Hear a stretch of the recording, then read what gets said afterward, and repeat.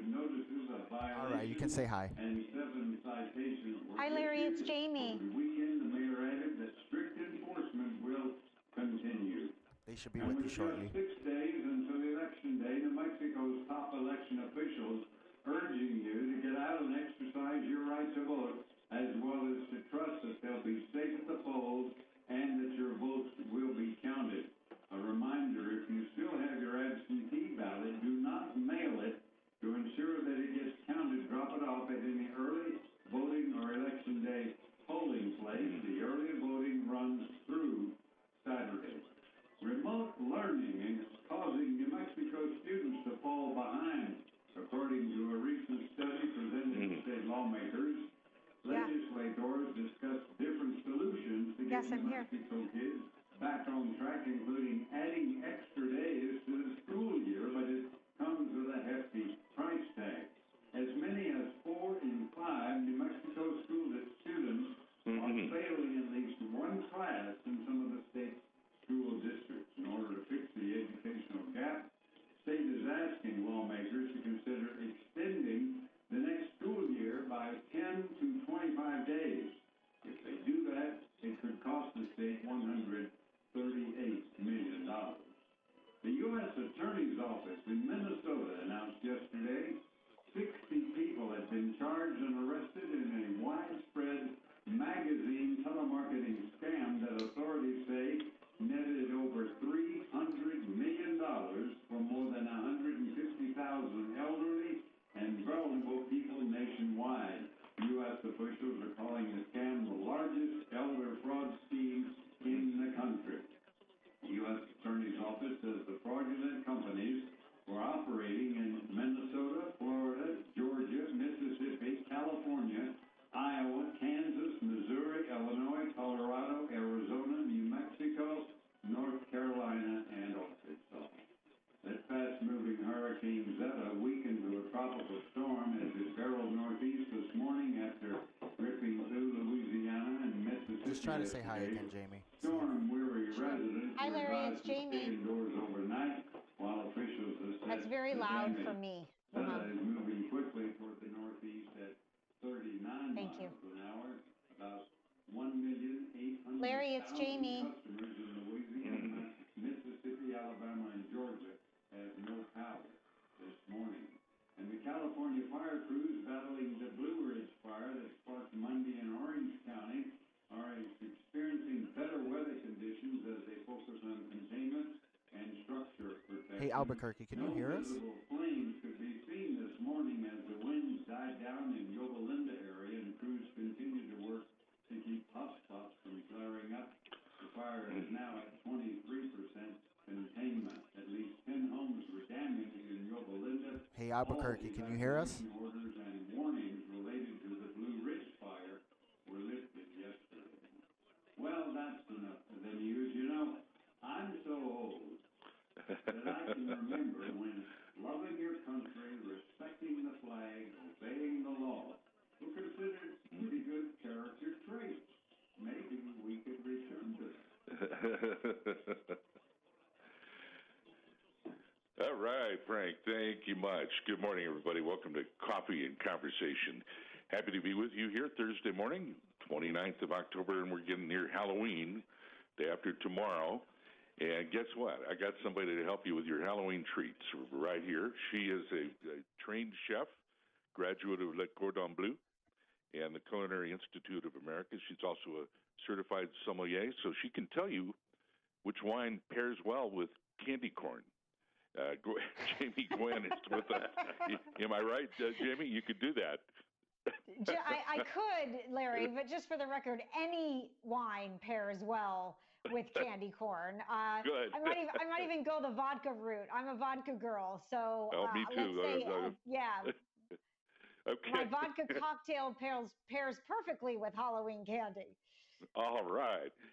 You also appear regularly on KTLA Channel 5, LA's #1 morning show, which is a great thing. That's why you're up early today.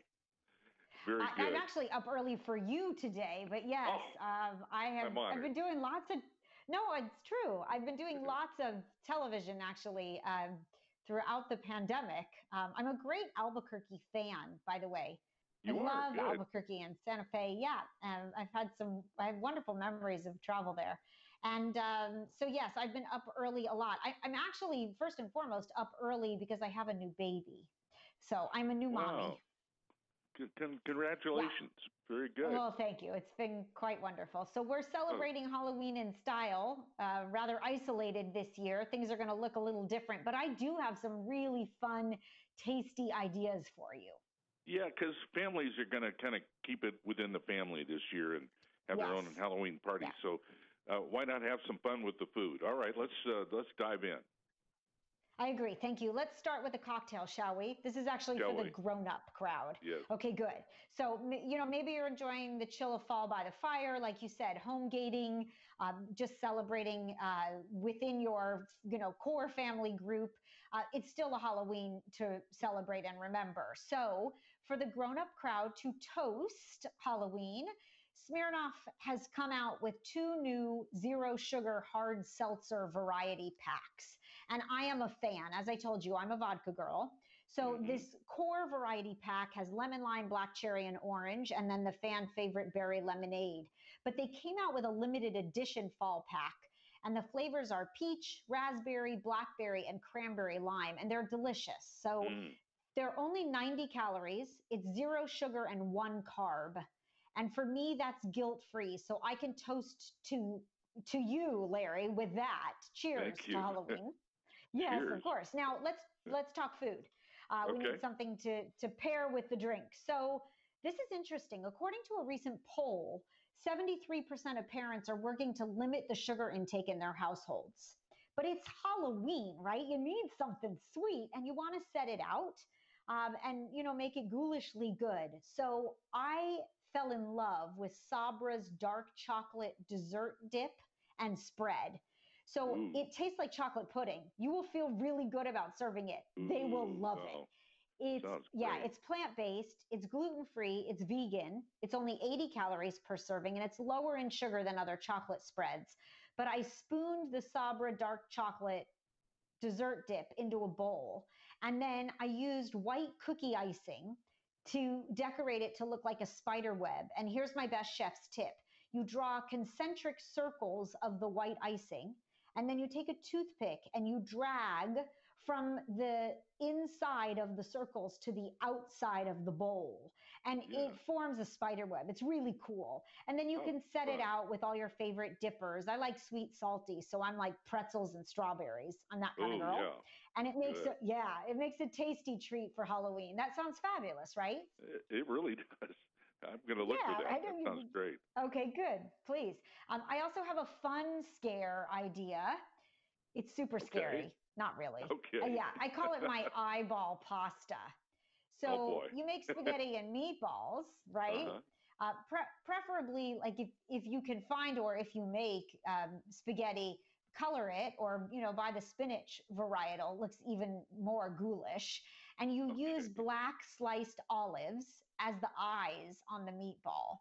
And it looks like eyeballs floating around your platter. It's pretty fun.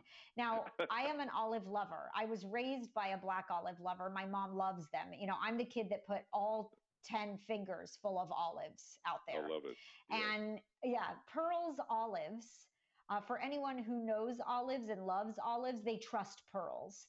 So I always have them on hand. I use their sliced olives for the eyeball pasta. And they're 100% grown, they're black olives, in sunny Southern California, which I am born and bred a California girl. And they pick them at the peak of freshness. Now, they're having a Dream Big, Win Big initiative right now. So you post your best olive idea on Instagram using the hashtag #DreamOlive, and you could win $5,000. What I love even more, I know, right? Oh, I just got I just piqued your interest, Larry. I like that. You did. But what I love even more, is that for every idea you tag, Pearls is donating a meal to Feeding America. Up to 200,000 meals, in fact. So I think that's super cool. Kudos to them. And you go to olives.com for more details. So that's my food and drink. I have a couple more ideas if you have time. Yeah, I got a couple minutes. Go ahead. Okay, good. So if you happen to have, and thank you, by the way, because this is a good one. If you happen to have an extra pumpkin lying around, like you bought for jack-o'-lanterns, you're going to take it and cut out the top where the stem is, but you're going to, like you would for a jack-o'-lantern, you're going to keep it. And when you take it out, you're going to clean out the inside of the pumpkin. But instead of carving a face, you're going to carve a small hole about 2 inches from the bottom of the pumpkin. And then you're going to go to your local hardware store and buy a totally inexpensive $1 little spigot, that plastic spigot, and you're going to stuff it into the pumpkin. And then you have a pumpkin punch bowl. How much fun is that? And then fill it with whatever you like. Yeah, and everybody can serve themselves, which I love. By the way, all these ideas, everything you heard about, more insight, of course, at dailylounge.com. And then I'm on social posting shamelessly at Chef Jamie Gwen. Hey, Jim, I'm gonna follow you socially, and you're a lot of fun. I appreciate it. Well, thank you kindly. I appreciate you having me. Happy Halloween, Larry. Yeah, thank you, Jamie. Happy Halloween to you too. Jamie Gwen, who's